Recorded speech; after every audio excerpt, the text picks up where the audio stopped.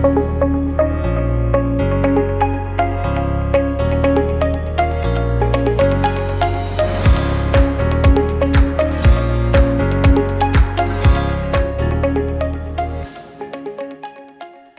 y bendiciones a todos. Están escuchando el podcast Piedra Angular presentado por Global Grace Ministries. Soy Francis Hueso, la conductora del podcast. En este episodio continuaremos Yanira Isa y yo hablando sobre preguntas y respuestas sobre las 7 cartas del Apocalipsis. Espero lo disfruten. Como la serie se llama Cartas a la Iglesia, en este episodio vamos a ver lo que son preguntas y respuestas. Y esto me lleva a preguntarle cómo se puede preparar un hijo de Dios para enfrentar lo que es la persecución y la tribulación. Yani, esta es una pregunta bien importante que yo creo que es importante sobre todo para la iglesia actual, porque la gran mayoría, aunque como ya dijimos y cuando hablé en el podcast lo dije, hay un segmento de la iglesia que está sufriendo persecución. La gran mayoría de la iglesia que vive ahorita no conoce lo que es sufrir persecución, así que esta es una pregunta bien importante. La respuesta más corta que les puedo dar es a través de nuestra permanencia en Cristo. Él es la vid, dice la Biblia, y nosotros los pámpanos. Fuera de Él nada podemos hacer, pero en Él todo lo podemos. Así que la forma de prepararnos para una persecución es permaneciendo en Cristo. Estar completamente en dependencia y en comunión de Cristo. Bien importante, ¿verdad? Con esa dependencia a la palabra y la relación con el Espíritu Santo, como mirábamos en la respuesta anterior. Muchas personas quieren enfrentar la persecución, la tribulación y las dificultades sin esas dos cosas. Y es bien difícil para una persona salir victorioso.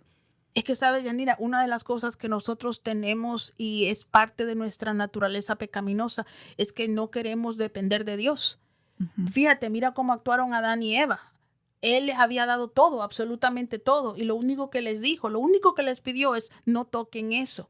Y aún así, teniéndolo todo, como Él nos dijo, yo les pido que no toquen eso. Lo primero que la mujer quiso hacer, lo primero que Adán le permitió a la mujer hacer es no depender de Dios, sino que ser autosuficiente, porque ella iba a depender de Dios. Y es lo que nosotros a veces no sabemos hacer, es que nosotros queremos no depender de Él, no tener que pasar por Él, a través de Él. Y queremos nosotros lidiar, salir solitos, sin ayuda de Dios, de nuestros problemas. Ahora estábamos hablando, Yanira y yo, de que muchas personas, nosotros le presentamos la palabra, esto es lo que Dios le dice, pero en realidad es más fácil para muchos hacer lo que ellos quieran hacer en lugar de obedecer a Dios. ¿Por qué? Porque para obedecer a Dios tenemos que depender de Él. Totalmente, miramos el ejemplo más claro, Cristo Jesús, dependiendo totalmente de su Padre en todo. Y eso lo llevó a la cruz. Yo pienso que uno de los motivos más grandes que nosotros debemos de tener al enfrentar el sufrimiento es saber que a través del sufrimiento de Cristo somos libres. Ahora somos hijos de Dios. Y eso nos debe de ser de fortaleza. Una de las cosas que muchos no entienden es exactamente lo que tú acabas de decir, que a través del sufrimiento nosotros somos libres. Porque, ¿qué es lo que nuestra naturaleza pecaminosa quiere? No sufrir. Y realmente no podemos ser libres sin sufrimiento. Bien importante, ¿verdad? A mí me encanta esa iglesia, la verdad, es una de mis favoritas. Y así vamos a hablar ahora de otra iglesia, que es la iglesia de Pérgamo. Me llama cómo fue apodada esta iglesia. ¿Por qué, pastora, se le llama la ciudad de Satanás? ¿Te imaginas que Cristo le da este nombre, la ciudad de Satanás? Y fue, Yani, por su paganismo y por su nivel de pecado. Esto me pone a temblar un poco, pastor, y le voy a decir por qué. Porque estas iglesias describen la vida espiritual de cada uno de nosotros como hijos de Dios. Y que llame el Señor a una iglesia ciudad de Satanás por el nivel de pecado. ¿Cómo fue que esta iglesia llegó a comprometer su fe de tal manera? Comprometieron su fe porque permitieron una mezcla de paganismo en su sana doctrina, llegando hasta el punto, Yani, de adorar a Zeus o a Baal junto con Cristo. Qué importante identificar las mezclas.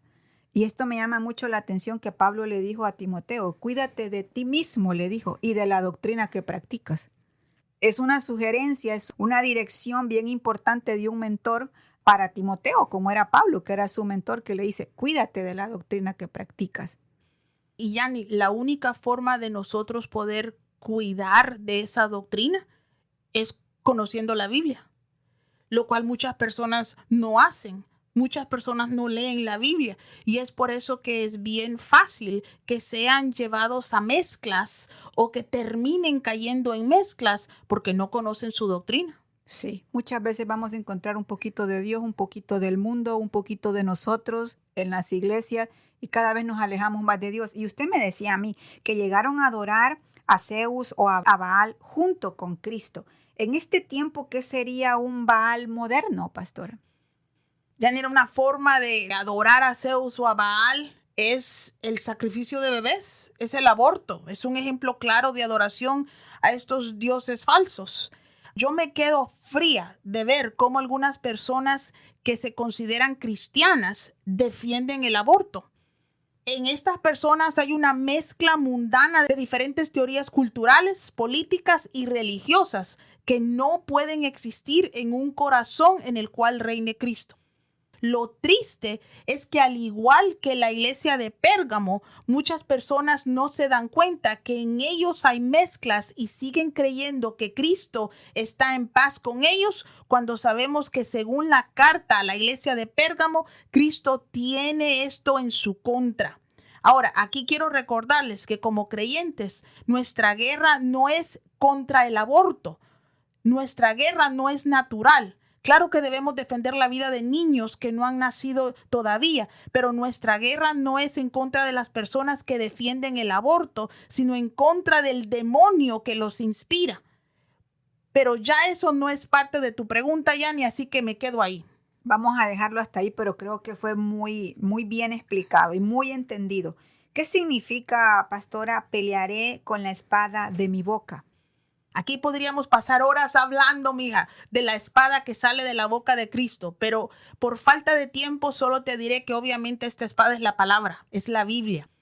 Ya que Cristo cumple con su palabra, lo que esto significa es que Cristo va a cumplir con cada advertencia contra el pecado que está en esa palabra. Jonathan Edwards predicaba un mensaje titulado Pecadores en las manos de un Dios enojado. Aunque creo que esa predicación no era parte de una generación de gracia, sí creo que un día la gracia de Dios para el pecador va a llegar a un fin y entonces va a pelear con la espada de su boca. Él va a traer a todos los juicios prometidos en la Biblia. Y no nos podemos olvidar de que los juicios de Dios comienzan en su casa. Hay veces que nosotros malentendemos la gracia y pensamos que porque vivimos en la dispensación de la gracia, que Dios no puede juzgar a su iglesia. Pero nos olvidamos que el libro de Apocalipsis entra ya en la disposición de la gracia. Ya estábamos viviendo bajo la gracia de Dios cuando Cristo habla de estos juicios. Pienso, pastora, que la gracia de Dios nos capacita para poder vencer. Nos da el poder, pero aún el tema de la gracia no es muy entendida en el mundo cristiano, pero para mí la gracia me da el poder para poder hacer lo correcto. Samia, que me encantaría que hiciéramos un podcast juntas compartiendo lo que el Señor nos ha revelado sobre gracia, porque yo creo que ahorita hay muchos malos entendidos en la iglesia de Cristo del tema de la gracia. Creo que sí. Y vamos a ver esta pregunta que hablábamos, que esta iglesia tenía muchas mezclas. Pastora, como hijos de Dios, ¿por qué es importante limpiarnos de las mezclas? Porque Cristo odia. Y esto no es que le cae mal, que se siente mal. La palabra es odia las mezclas. Porque donde hay mezclas no está Dios, pues Dios es puro. Las mezclas significan contaminación y Dios no tiene en él contaminación. Es importante entender que estas mezclas de las cuales estamos hablando no son mezclas concernientes al mundo. En el mundo no hay mezclas porque todo está sucio. Las mezclas existen en la iglesia, donde la pureza de Dios en su iglesia es contaminada cuando la iglesia acepta añadiduras, correcciones o sustituciones a la palabra de Dios. Muchas personas piensan que cuando la Biblia habla de mezclas está hablando de las personas que no conocen de Dios, pero no hay mezclas en ellos. En ellos hay el pecado. Ellos están muertos en vida. Así que las mezclas están en la iglesia. Nosotros que somos la luz, nosotros que conocemos de la Biblia, nosotros que somos llamados a santidad, somos los que a veces permitimos estas mezclas. Bien importante, de verdad, pastora, para identificar las mezclas, el discernimiento. Y me llama mucho la atención que el discernimiento viene por el uso de la palabra. Y si nosotros no conocemos la palabra, no conocemos la verdad, ¿cómo vamos a poder diferenciar que estamos en mezcla? Yo a veces me pregunto qué ha sido el causante de que las personas en la iglesia no conozcan la palabra. Y hay veces que culpamos a los pastores por no predicar, pero también nosotros tenemos que entender, pueblo de Dios, que realmente los pastores tienen la responsabilidad de predicar, pero también nosotros tenemos la responsabilidad de leer la Biblia, de buscar por nosotros mismos, de escudriñar las escrituras, porque si somos sinceros, Dios no nos va a juzgar de acuerdo al pastor que nos dio. Dios nos va a juzgar por nuestra fidelidad a Él. Y me llama mucho la atención que Jesús decía, los voy a juzgar por la palabra que yo ya he hablado. Y es bien importante lo que escuchamos. Mucha gente tiene mucha hambre de saber y de no obedecer. Y Él lo dijo, lo que yo he dicho, por eso van a ser juzgados.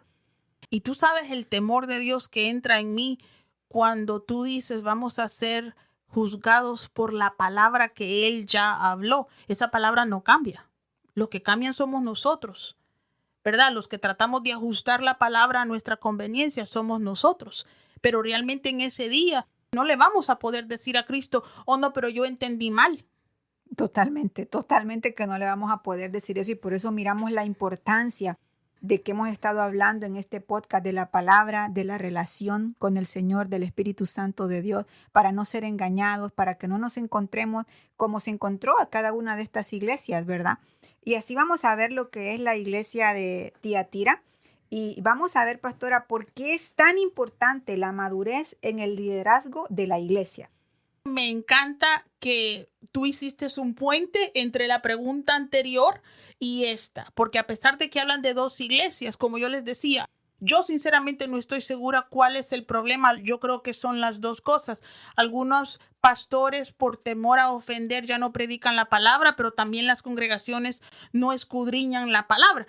Porque Dios habla primero al líder de la iglesia, de acuerdo a tu pregunta. Dios habla primero a la persona a la que Jesús se dirige en sus cartas, el cual es el ángel o el pastor, el líder de cada iglesia. Por eso es bien importante que el líder de esa iglesia sea un líder maduro. El mensaje que le fue enviado a él, a ese líder, él es el responsable de entregar y compartir ese mensaje que Cristo le dio para su congregación. Además, vemos que la mayoría de las iglesias enfrentaron los mismos desafíos, pero que cada iglesia reaccionó a su desafío de diferente manera. Creo que en parte las reacciones de las iglesias se debieron al tipo de liderazgo que tenía cada iglesia. Por ejemplo, la iglesia en Tiatira permitió que un falso profeta enseñara a la congregación. Algunos seduritos creen que ese falso profeta, que la Jezabel de la que habla Cristo en esta carta, era la misma esposa del pastor. Ahora, no estoy diciendo con esto que las esposas del pastor son Jezabel. Estoy hablando de esta carta en particular. Los líderes deben tener mucho cuidado, deben hacer su debida diligencia antes de permitir que alguien predique o enseñe en sus congregaciones. Solo líderes maduros pueden distinguir a un siervo fiel del lobo vestido de cordero. Bien importante eso, y esto me lleva a preguntarle, pastora, cómo una persona que tiene buenas obras, amor, fe y persevera puede ser engañada.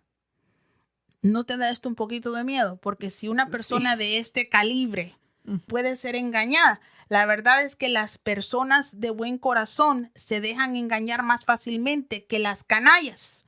Satanás tiene testigos muy persuasivos, o son testigos falsos, pero muchos se convencen muy fácilmente de falsas doctrinas porque no conocen la palabra de Dios.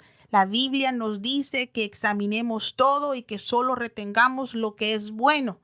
El Espíritu Santo también da testimonio de la verdad, pero el problema es que muchas personas no saben distinguir entre la voz del Espíritu de Dios en ellos y la voz de su propio espíritu. Por eso es crucial, mis hermanos, estudiar la Biblia, memorizarla, orar por discernimiento. También es esencial saber que nada de Dios dará frutos pecaminosos. Si algo es piadoso, si algo es santo, si algo viene del corazón del Padre, no nos invitará a pecar. Pastora, me encanta que usted habla aquí de las personas pueden ser engañadas de un buen corazón, cuando la Biblia dice que engañoso es el corazón más que todas las cosas. Y muchas veces nosotros tomamos decisiones en base a lo que sentimos en el corazón. Creo que una clase muy, muy importante o un podcast que usted hablaba aquí de diferenciar lo que es la voz del Espíritu de Dios en ellos y la voz de su espíritu, que muchas de las personas confunden eso. Y por eso también muchas personas pueden ser engañadas, pero también porque no conocen la verdad. Deberíamos de apuntar, hacer notas y de preparar un podcast acerca de esto. Créeme que hay personas que no conocen ni siquiera la diferencia entre el alma y el espíritu. Acabamos de hacer una de las palabras de la semana que hablaba de eso y a muchas personas les llamó la atención.